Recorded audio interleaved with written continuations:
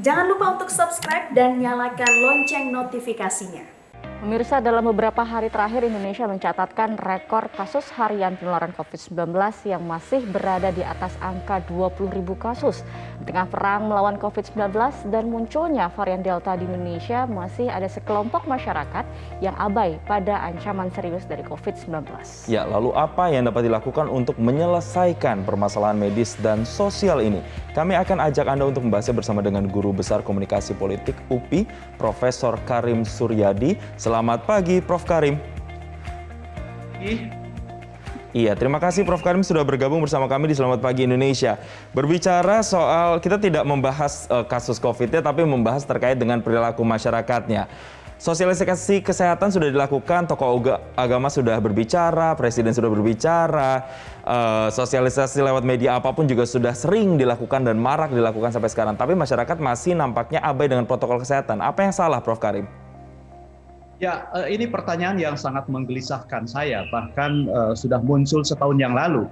Dan untuk meresponnya, saya dan tim ya melakukan riset tentang applying knowledge, kemudian social concern and perceived risk menurut teori behavior ini, khususnya ketika awal-awal pandemi melanda, di mana faktanya masyarakat masih memaksa untuk berwisata meskipun PSBB sudah diberlakukan.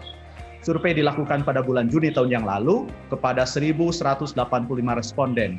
Hasilnya yang penting adalah mengapa masyarakat abai terhadap protokol kesehatan. Setidak-tidaknya ada dua yang mengemuka. Yang pertama, untuk masyarakat Indonesia, norma sosial jauh lebih kuat daripada kesadaran dan pengetahuan personal. Artinya apabila lingkungan abai dan faktor-faktor yang membentuk lingkungan itu bisa kebijakan pemerintah, bisa teladan, bisa juga informasi yang salah, maka kesadaran diri masyarakat terhadap protokol kesehatan itu akan menurun. Nah, itulah sebabnya mengapa muncul kasus di Jembatan Suramadu, kasus di Jalan Aceh, Bandung, dan lain-lain. Ketika lingkungan menunjukkan sikap abai, apalagi melakukan pelanggaran secara berjamaah, maka kesadaran individu tidak akan muncul. Jadi artinya teladan gitu ya, sikap para pejabat itu sangat penting. Oleh karena itu misalnya sangat ironi ketika di saat pandemi ini masih ada pejabat yang pergi keluar kota dengan dalih mengunjungi undangan atau kegiatan seremonial. Itu yang pertama.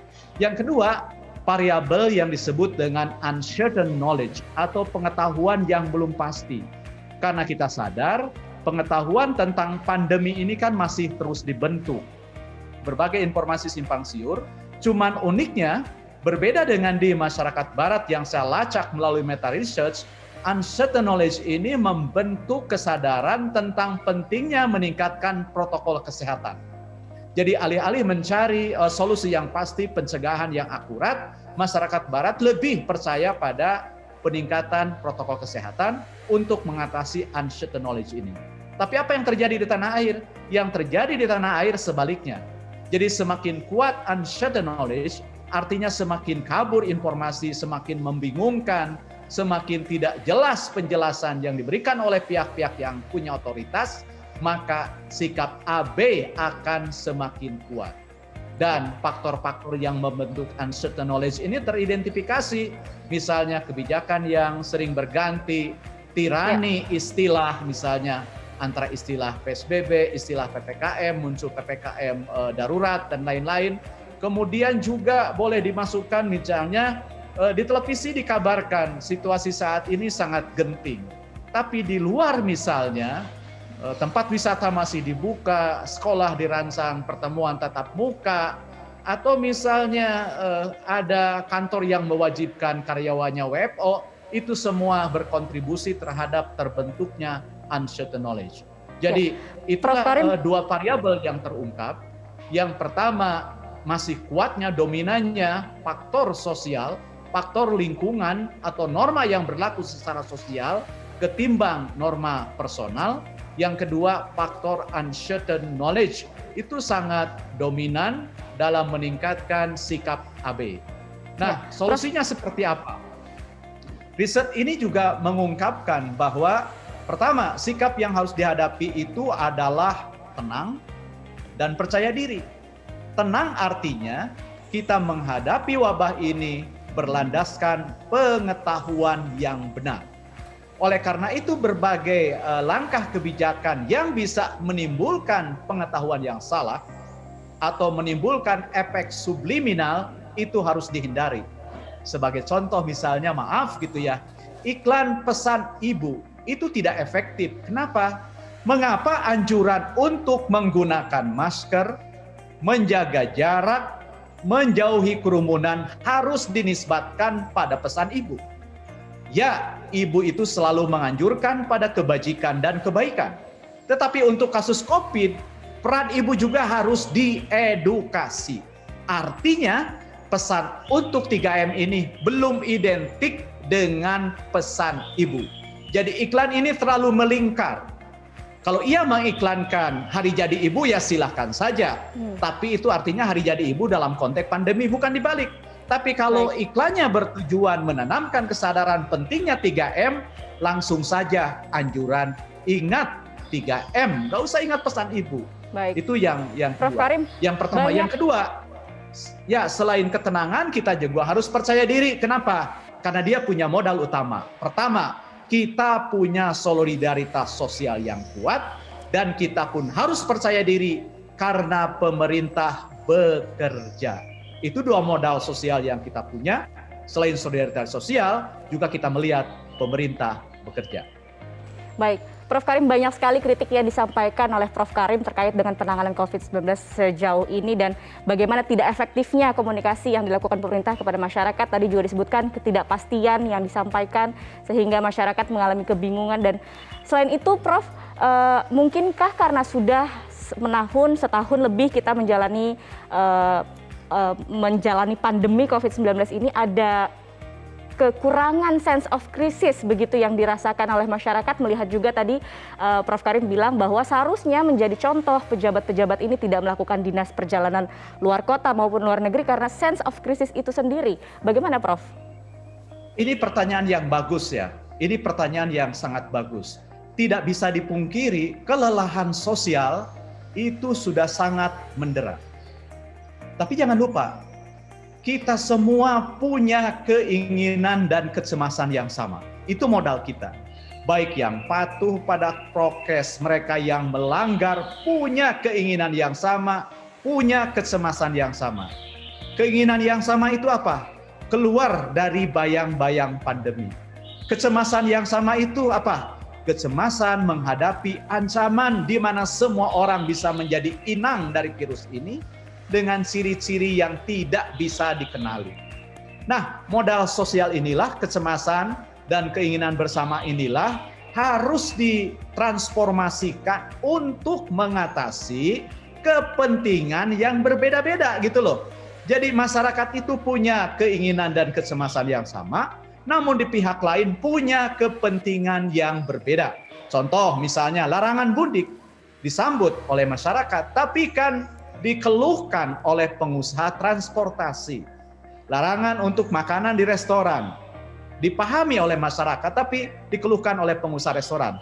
Nah, terhadap dua hal yang kontradiktif inilah maka pemerintah harus hadir sebagai lembaga yang menciptakan konsensus.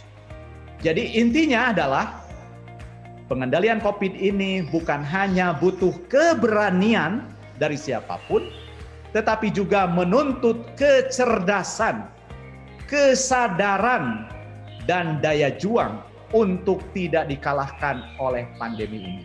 Oke, Prof. Kita Karim, lelah, begini. Tapi Ya, jika Prof. kita Karim, menahan diri, kelelahan ini akan berbuah manis.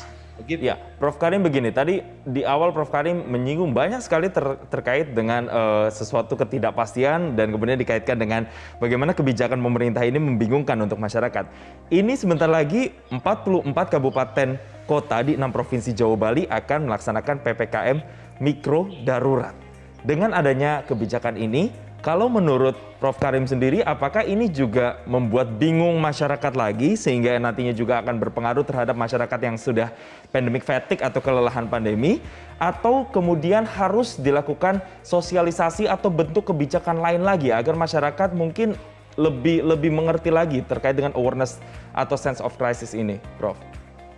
Opsinya yang kedua, terlalu banyak istilah yang tumpang tindih, yang berbeda dengan pengetahuan umum yang sudah terbentuk sejak lama. Terhadap pembatasan sosial ini kan masyarakat lebih mengenal istilah lockdown. Orang Jawa bilang lockdown gitu ya. Sehingga di kampung-kampung diterapkan lockdown kan gitu ya. Meskipun pemerintah tidak pernah menerapkan kebijakan ini gitu loh. Pemerintah memilih diksi pembatasan sosial berskala besar. Kemudian memilih diksi pembatasan dalam skala mikro. Sekarang muncul lagi PPKM darurat. Apa beda semua ini? Dan persepsi yang tidak jelas ini menimbulkan keraguan. Apa yang harus saya lakukan ketika masa PPKM darurat ini masuk? Ingat ya, perilaku kita itu sebagian ditentukan oleh persepsi kita tentang apa yang kita mau, apa yang kita akan hadapi gitu. Kalau perbedaan antara PSBB, PPKM dengan PPKM darurat ini tidak begitu clear, ini tidak akan menggait apa yang akan dilakukan oleh masyarakat. Jadi sekali lagi, sebagus apapun kebijakan yang diambil oleh pemerintah, tidak akan efektif apabila tidak diikuti, tidak dipatuhi oleh masyarakat. Dan kita sulit menuntut kepatuhan kepada masyarakat apabila apa yang diajukan itu, apa yang diambil itu tidak jelas, tidak membentuk kebersamaan di dalam makna, di dalam otak, di dalam pikiran, di dalam perasaan bahwa apa yang diambil itu adalah demi kebaikan bersama. Jadi sayangnya tirani istilah ini terlalu sering muncul. Tapi apa boleh buat sudah diambil, maka menurut saya yang harus gencar dilakukan sekarang, apa sih sebenarnya substansi PPKM darurat yang diterapkan di 4 provinsi ini, dan apa bedanya, apa peningkatannya dibanding pembatasan sosial sebelumnya. Baik. Saya mengapresiasi apapun yang diambil oleh pemerintah karena memang perlu, ini harus diambil. Tidak ada Baik. pilihan lain. Dan Semoga inilah masukan ini momentum menjadi bagi kita pertimbangan untuk pemerintah ya, solidaritas Prof. Dan soliditas kita. Ya. Baik, terima kasih Profesor Karim Suryadi, Guru Besar Komunikasi Politik UPI, sudah bergabung bersama kami di Selamat Pagi Indonesia.